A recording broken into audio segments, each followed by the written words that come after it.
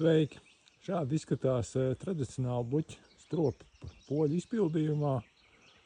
Viņi šie ir taisīti no sveķu priedēm, bet tas ir tā vairāk kā nejaušība, jo vienkārši stropu īpašniekam bija iespēja dabūt sveķu priedes, kuras gatavs tā kā negribēja zāģēt.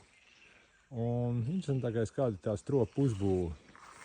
Tad priekšā ir tur, kur iet uz medus telpu, ir tāds tā kā uz diviem kokiem pielikts tā kā tāds vārds. Viņš vienkārši noņemās nost. Un šobrīd bites iekšā nav. Un te ir vienkārši priekšā un tāda izskatās pat tā nosacītā medus telpa. Viņa nav liela, bet tas ir kopijas no autentiska stropa, kā viņi šeit kādreiz bijuši. Un tām bitēm ieeja patiesībā ir pa sānu. Te ir tāda sānos tāds tā kā virsū korķis, bet te pietiek daudz pietiekoši vietas, lai bites var ieiet. Tādā veidā tas strops ļoti vienkārši uzbūvēts. Un viss.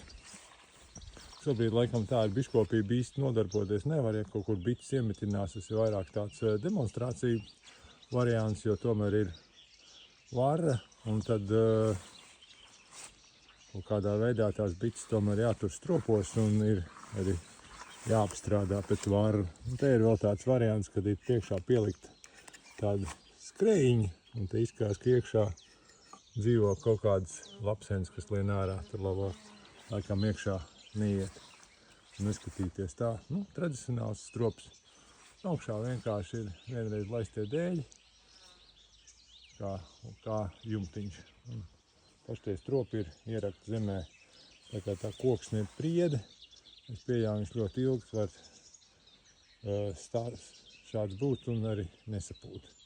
Būtībā visi tie bluķu stropi kaut kādā veidā imitē to vai atdarina to, kā kādreiz tās bites mežos ir dzīvojušas kaut kur koku dobumos.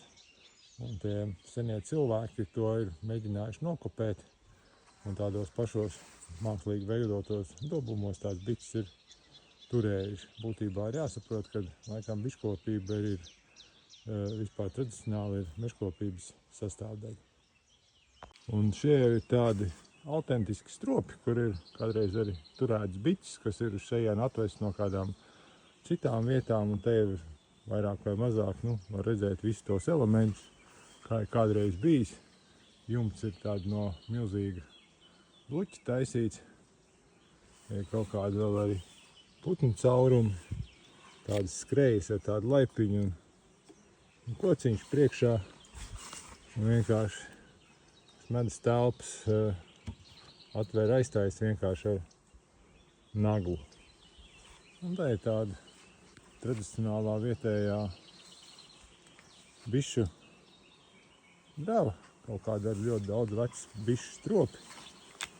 Tas ir cienījums stropis, kurš jau tāds ir no 1930. gada. Dēļ kaut kādos divos stāvos bites iet iekšā tajā stropā. Un šitas arī ir Aleksandra Kožli, kā 1930. gads. Ja tos stropus kaut kādā veidā smuku uzrauga, tad reāli kalpot viņu var arī tūpiem mūžīgi, jo, ja tur visu laiku iekšā ir bites, tas strops paliek savs, un viņu var tā smuki saglabāt.